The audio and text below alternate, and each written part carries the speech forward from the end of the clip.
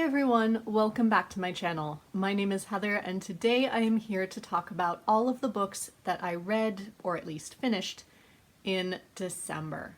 I cannot believe that this is my final wrap-up of 2023. This also means that I can finally start thinking about my best books of 2023 video, so that will be coming up a little later in the month. But I have to say, December was a really good reading month for me, which I did not expect given how busy it felt. I mean, winter break definitely helped, but it's not as long here as it is in other parts of the country, so it really was a fantastic reading month nonetheless. I'm going to start with the 3 audiobooks that I listened to. The first one I read throughout most of November, but I did end up finishing at the beginning of December, and that was Murder Most Royal by S.J. Bennett.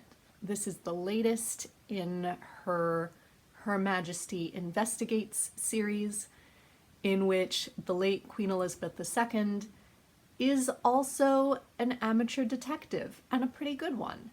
But she can't be seen to be doing a lot of the legwork herself, especially in London. And so she and one of her private secretaries, Rosie O'Shodey, work together a lot of times in conjunction with the local police to try and solve various crimes that happen in and around the Queen's vicinity.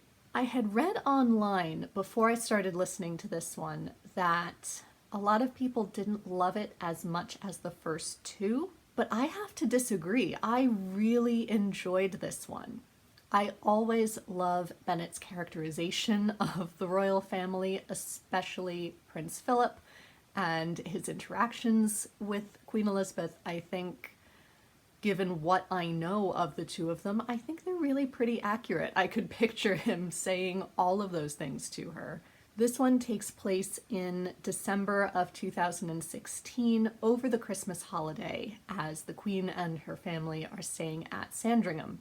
So this did allow for a different structure to the book because the Queen has a lot more privacy and thus a lot more freedom at Sandringham than she does in London at Buckingham Palace. So she could in fact do a little bit more of the legwork herself.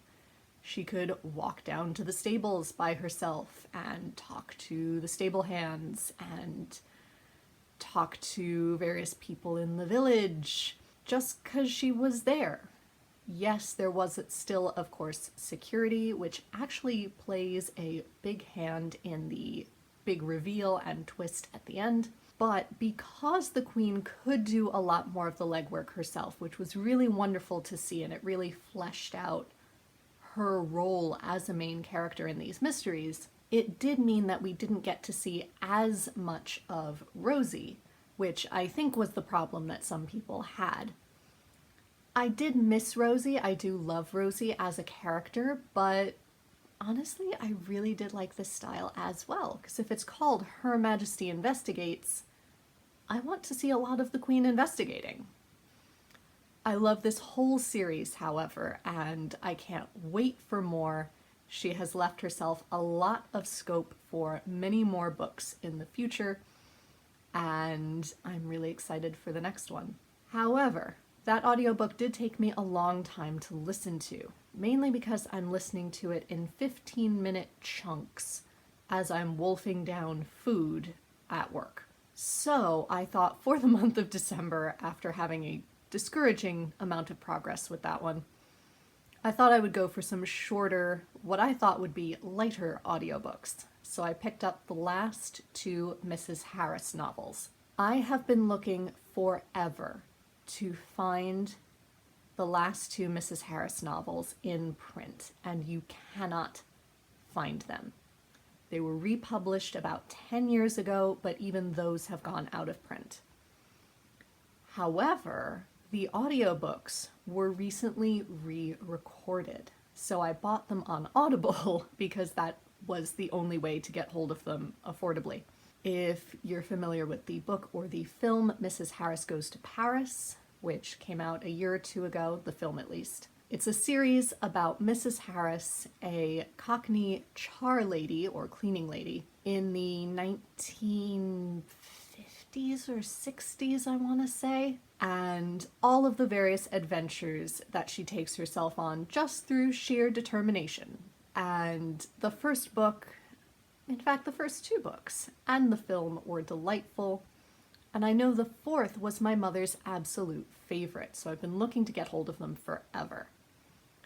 These audiobooks were read by Juliet Stevenson, which I know some of you will adore. This was my first time with her as a narrator. I'm familiar with her work as an actress, of course. And I do really like her as a narrator. I wasn't entirely sure about some of her voices. I felt as though Mrs. Harris and Mrs. Butterworth became sort of caricatures. And this is not Juliet's fault, but the way Paul Gallico describes Mrs. Butterworth really bothers me.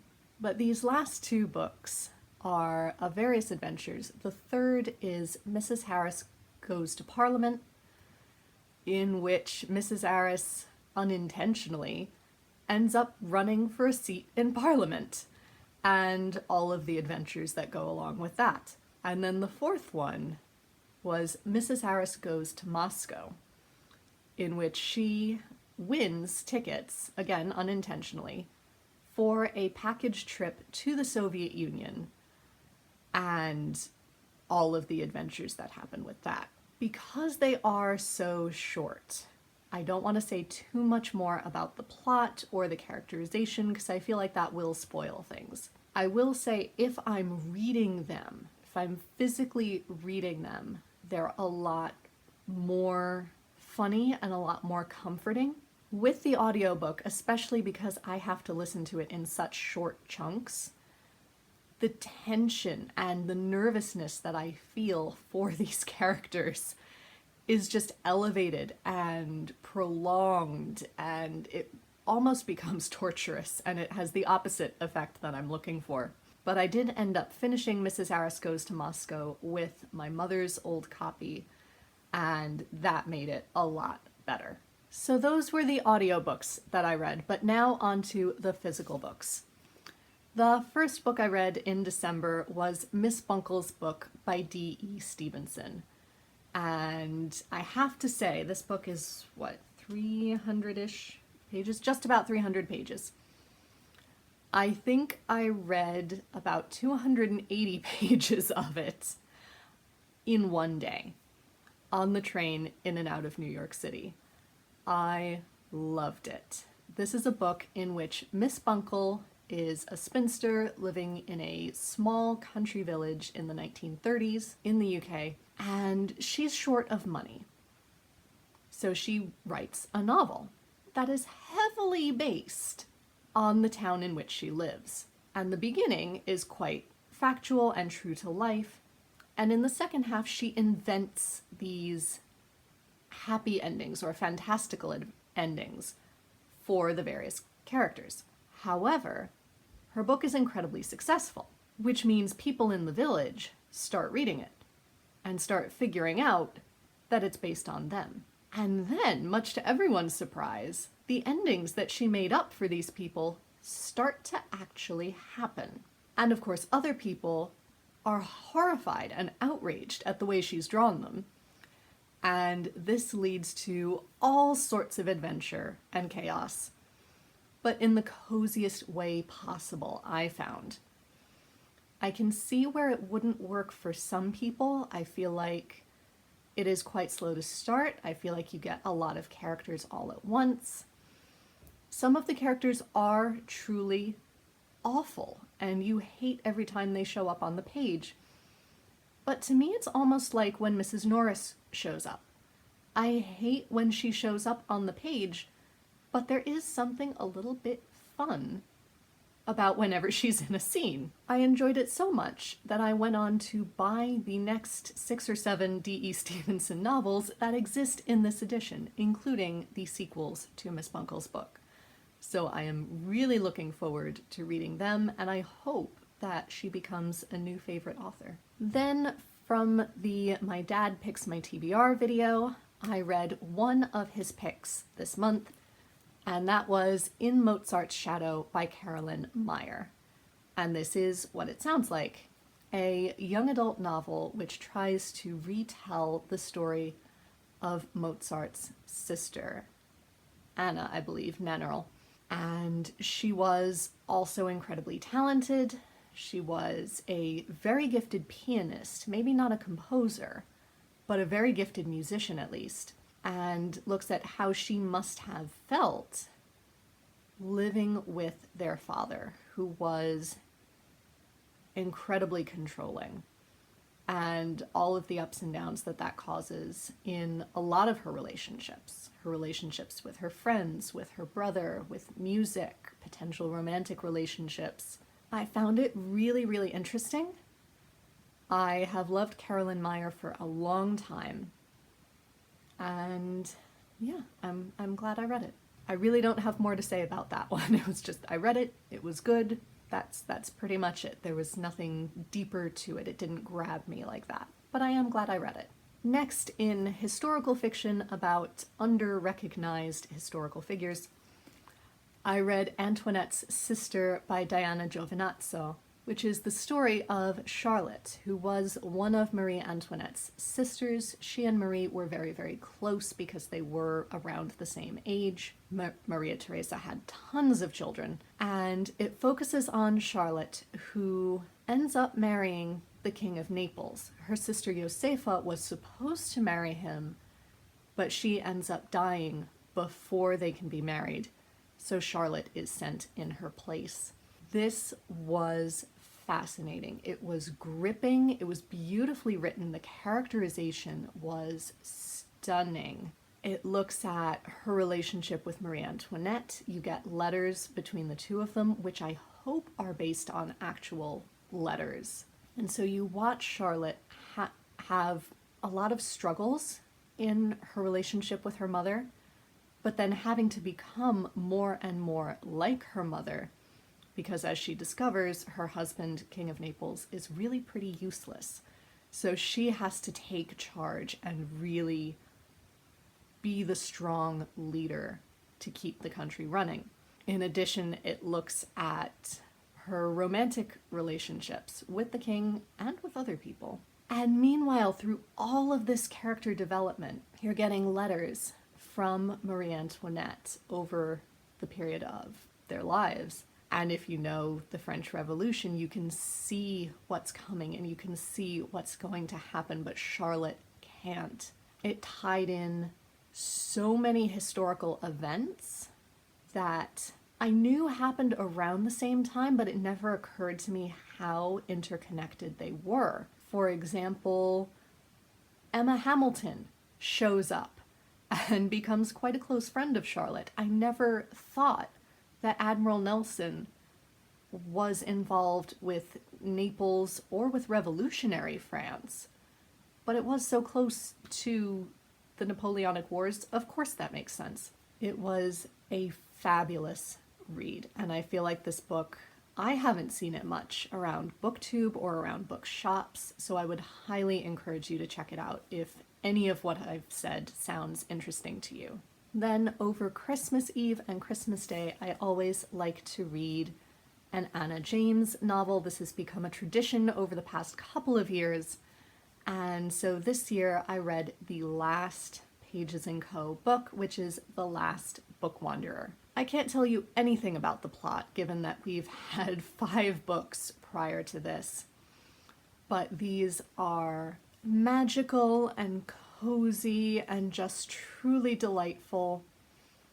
I will say I didn't love this one as much, both because it was the last one and also because it felt a little bit crammed and a little bit rushed, but I still love the series as a whole. Then I also set myself the challenge of reading The Luminaries by Eleanor Catton. I was so intrigued by this one. I thought it had more of a fantastical bent, given how much astrology is purported to play a role in this book. To be honest, I didn't get that. It's much more historical than I thought it was. And it takes place during the gold rush. I think it's 1865 and 66 in New Zealand. And so I was really excited for that as well. And I'm still glad I read it, because how often do we get books from Australian or New Zealand authors here in the States? I still found this book really unsatisfying. It took about 200 pages just to give us the setup of what was happening in this town, because it had to be told from multiple different men's perspectives, and they each had a piece of the story to tell. And so that was a bit of a slog to get through.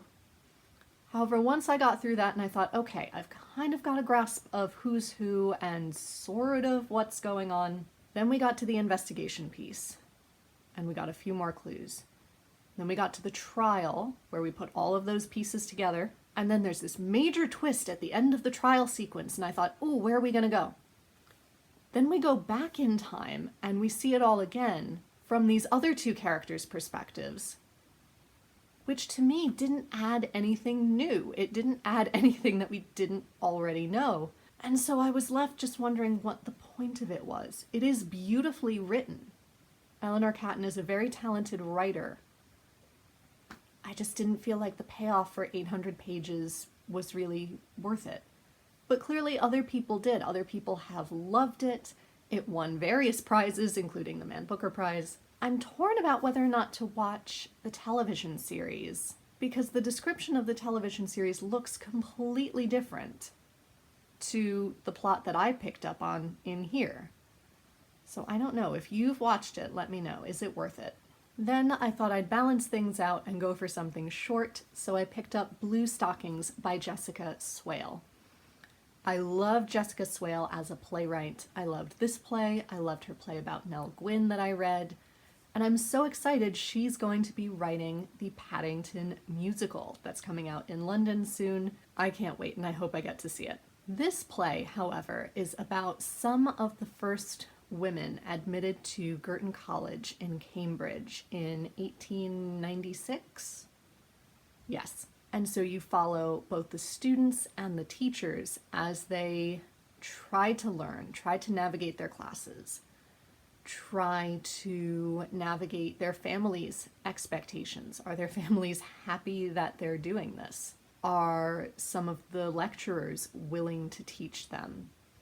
How do the other male students feel about this? How does teaching the women affect some of the professors' possibilities and room for advancement? Can these girls pursue both academics and romance, or not? And in the meantime, the question is being put to vote about whether or not the women should be allowed to graduate with degrees. This was really beautiful, really moving, without saying a whole lot. Jessica Swale is a master of saying so much with such a short line. It was incredibly frustrating. It made me angry. It was just wonderful, and I hope it gets restaged soon, because I think it needs to be. Then I read Aurora Lee by Elizabeth Barrett Browning. After hearing both Kate Howe and Roz at Scaly Dandling about the books rave about it, after finding this immaculate copy at a library book sale, and after just having this face stare up at me off my TBR stacks for months, I finally decided to read it. I'm really not familiar with Elizabeth Barrett Browning as a poet.